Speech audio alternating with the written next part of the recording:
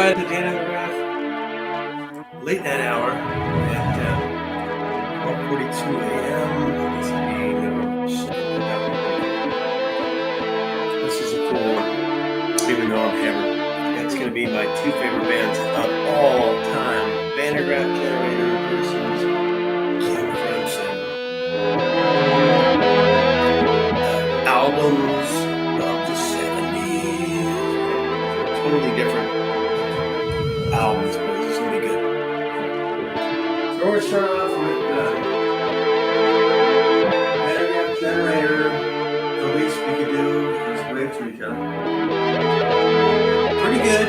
It's their first proper album in 1970. I think Fred might even play on it. But yeah, so just a really good, dark, progressive rock album. I mean, probably like a 9 out of 10. Great fucking album. Very dark. Very primitive. I love it.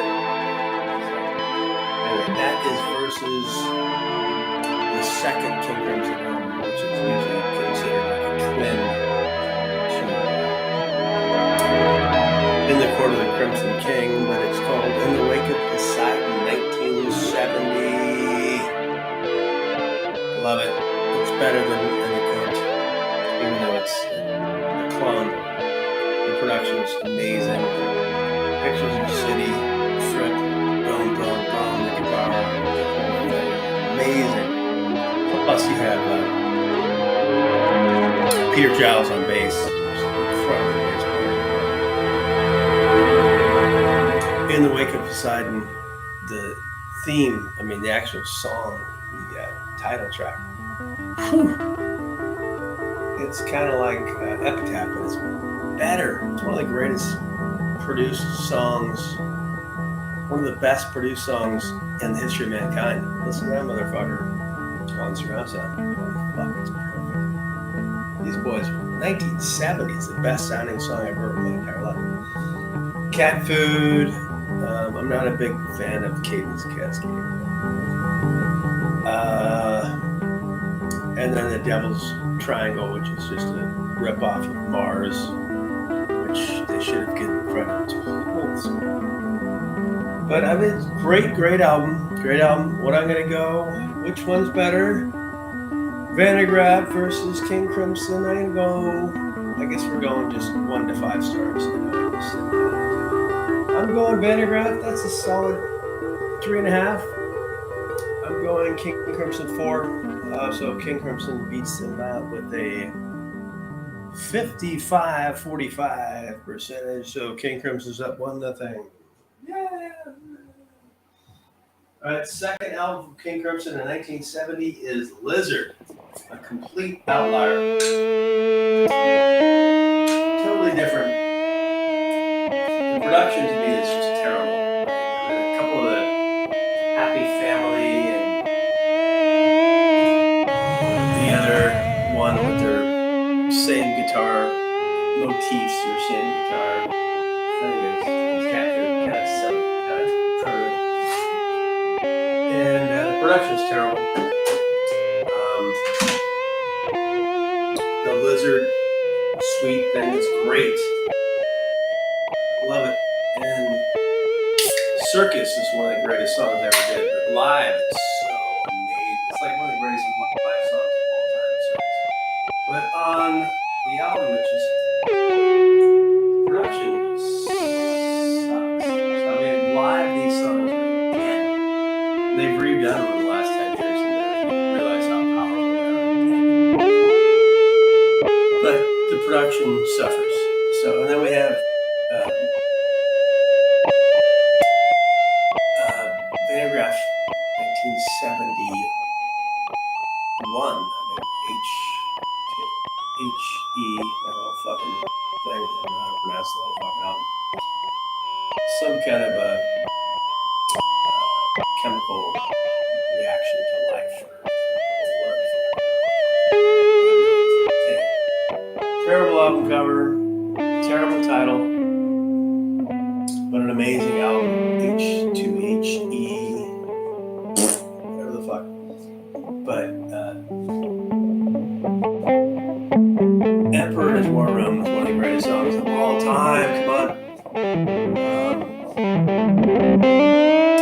What's the other one? Oh, it has Killers on it. Totally overrated song. One other really good song. And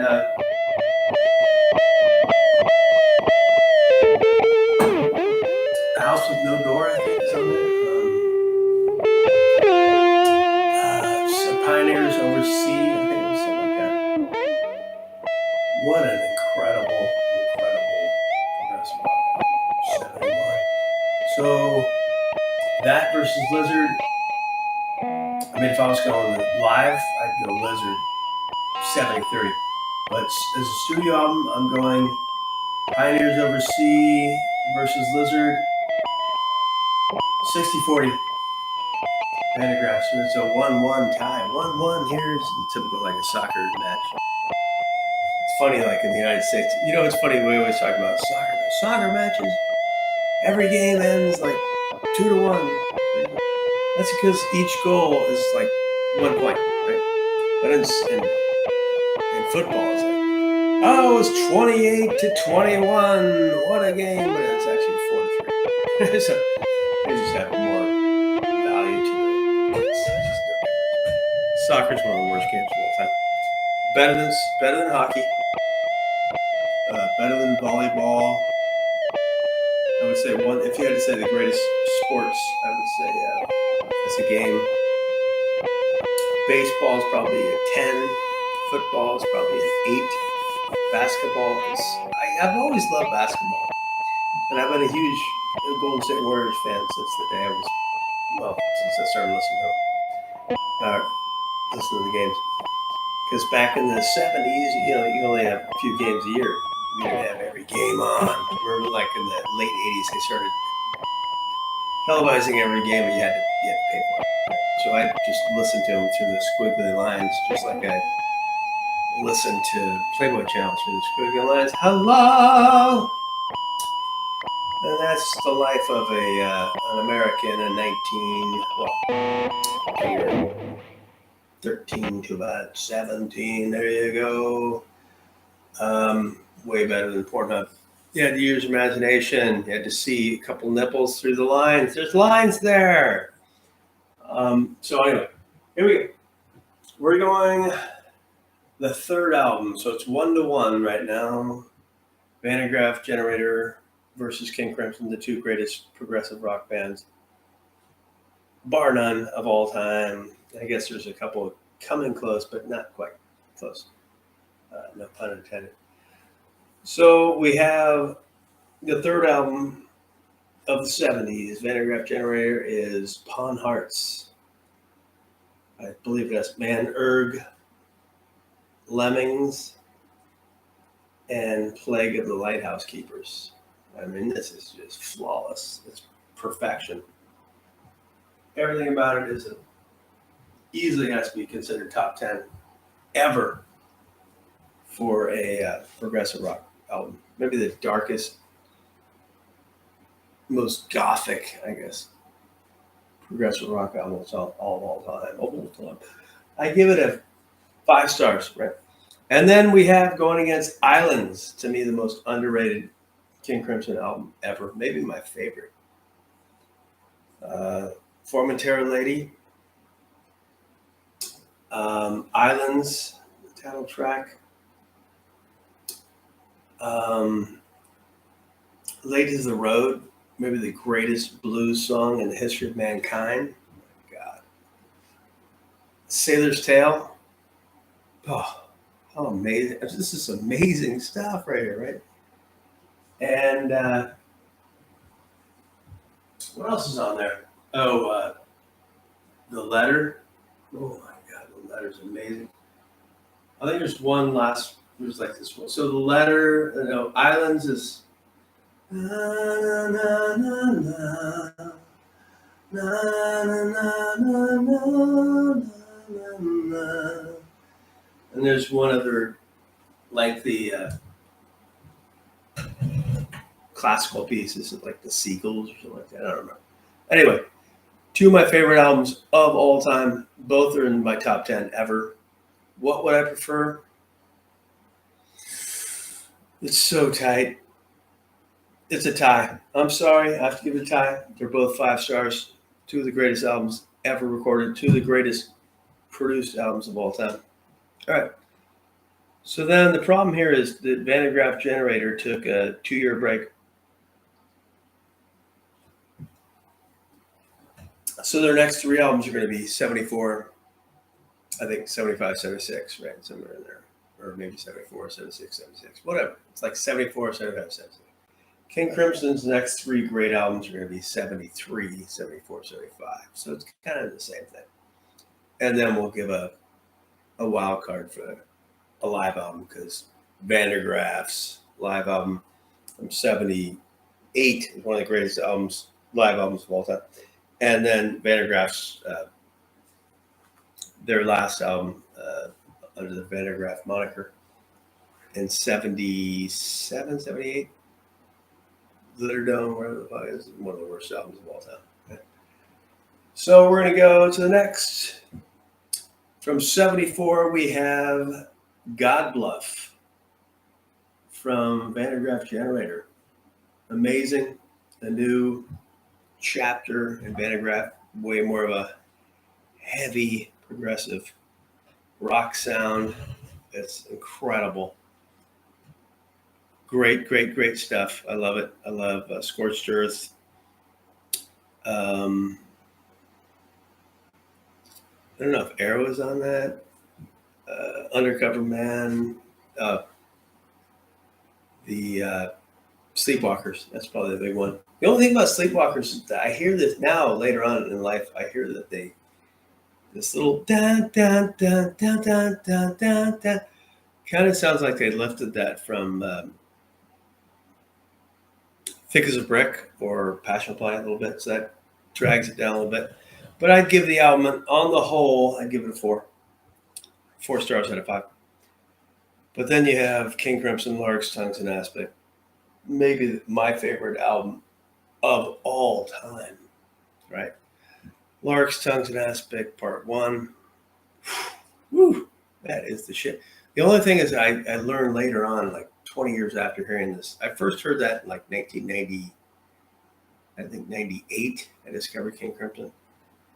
And I didn't realize about 10 years ago, so about 2012 or so, I listened to Bartok, whatever, how to pronounce that classical composer's name. They took everything.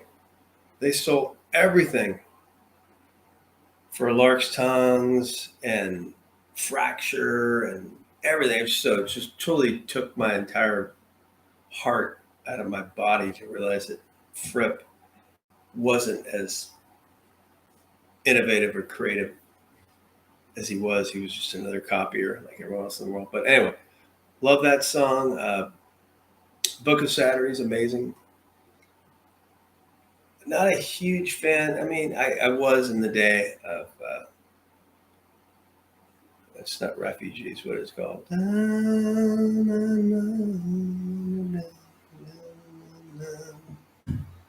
That one fucking song. Now in this faraway land, in the depth of my hand, will never know my teeth. I'll think of that name. But then, yeah, it's probably my low point of the album. But Easy Money, I don't know why people don't realize that's maybe the greatest song in the history of mankind recorded. The greatest percussion of all time. Greatest guitar solo ever. Love the lyrics. Love the bass. Everything about it. Oh my God, the lyrics that sing. It's a perfect song. Easy Money. The other one was Exiles. Sorry, I forgot. It wasn't Refugees. It was Exiles. And then the talking drum is just, woo, and that's hypnotic fucking killer shit. This Fripp a god. He's a god. He is an absolute god. And then Lark's Tongues, Part 2. So obviously that's the greatest album of all time. I'll give it a 5. That's smashing. So let's see. The first album, King Crimson won 55-45. Second album was H2 HE, that fucking thing, versus Lizard. I give that about a 59-41 win for Lizard. I mean, Islands versus Pawn Hearts. We're going 50-50. But this one here, Lark's Tongues versus God Bluff. As much as I love God Bluff, I'm going King Crimson, Lark's Tongues and Aspic. That's a 65-35. Huh. And now we're getting to the big stuff. We're going Starless and Bible Black versus Still Life. Well, Starless and Bible Black, I love it. It's all mostly recorded live, even though nobody knew probably for 20 years. I love Night Watch. I love.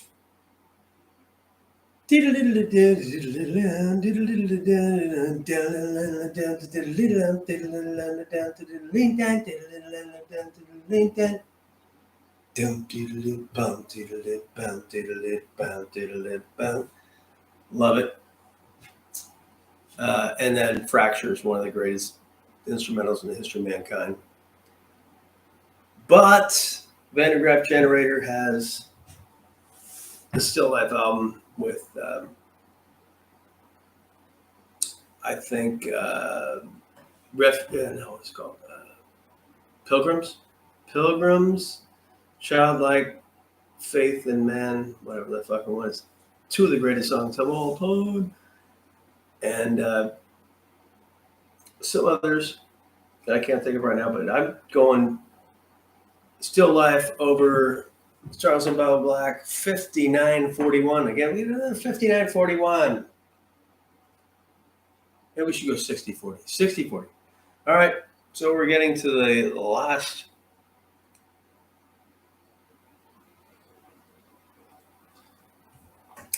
album. We got Red, King Crimson Red versus World Record. For some reason, people don't like World Record, the McGrath Generator. I think it's maybe their second best album after Still Alive. It's amazing. Wondering, Mask, Here She Comes, the great Mergleys 3 is probably my favorite song of all time. My God, it's incredible. I guess people don't like Peter Hamill playing the guitar. I don't think he's any good because he probably sounds like Neil Young, but that's the good thing. When you don't know how to play your instrument, you're better because you're not caught in the traps that we all get caught in. So Mergleys 3 is unbelievable versus Red. The song Red, I think, is way overrated. Probably one of my least favorite King Crimson songs. Fallen Angel, one of their most underrated songs. That's a perfect 10. What's wrong with these people? One More Red Nightmare, unbelievable. Providence, that was a live improv, which was not even one of their top 20. They should have put I am a driver on the underground train. That's the one. That should have been on. If that was on there, it'd be their best album, but it's not. I am a driver. And then, of course, Starless, maybe my favorite. Once again, 5 songs ever. Let's see. So these two guys against each other. So basically, we're going Starless versus Mergleys 3. Mergleys. I'm gonna have to go with King Crimson because I love Starless so much. The song is just so amazing. Everything about it is maybe the greatest song of all time. I keep saying this. So I'm going Red over world record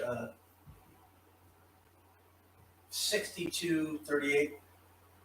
So let's see who we got. The first album was The Least We Could Do Was Wait with Each Other versus In the Wake of Poseidon. I think we won Wake of Poseidon. There 1-0, and then we took H to E. Fucking what the fuck that thing is out of the title versus Lizard. So it's 1-1. H to E won. Right, there. And then we went to Lizard or Islands versus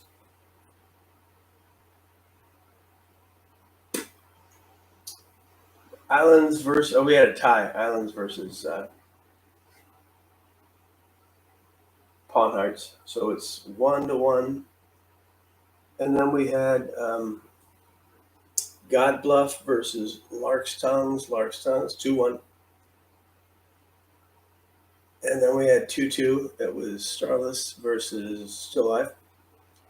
And then 3-2. The winner was Red over World Record.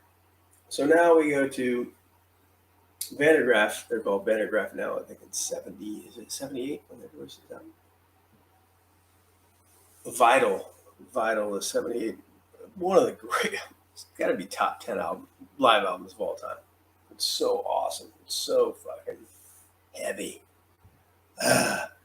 And King Crimson didn't really have. They had Earthbound, which is like a bootleg. I mean, it's great, but not great. And then USA, which I've never heard because I don't even want to hear it because I've heard all of. I probably have 100 King Crimson concerts from maybe 60, 50 from the Wetton, Bruford era. Cross. I mean, if you had to pick their best concert from the 73, 74 era, the 73 shows are actually the best. The 72 shows are a mess. They're noisy. They're terrible. Jamie Muir, I love them, but they're just zero because it's just too much noise. The recording quality is terrible. But their 73 shows are amazing, but they're all bootleg. So they sound like shit, but their playing is way better. So I would say King Crimson's best live album as a whole would be from that era. 74 would be the Asbury Park. Is pretty amazing. So for that versus Vital,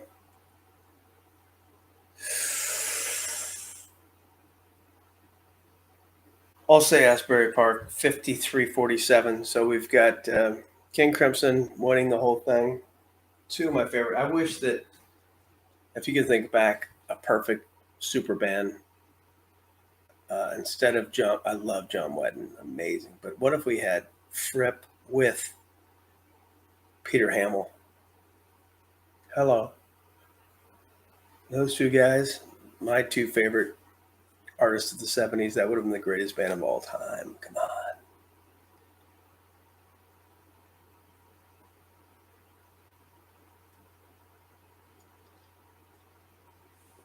So that's it. King Crimson versus McGrath generated the two greatest bands. And definitely the two greatest progressive bands of all time. I mean, if I was going to say who was next, I mean, early Genesis with Peter Gabriel, Gong, early Gong from 71 to 74. I mean, the Yes from 71 to about 70, I guess 72. That's a short time. Fragile, the Yes album, close to the edge.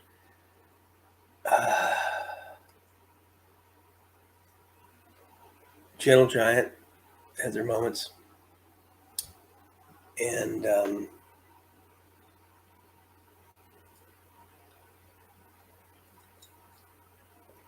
guess that's it. That's what you got. That's what you got, Parnelli. That's all you got. That's my take. Good night.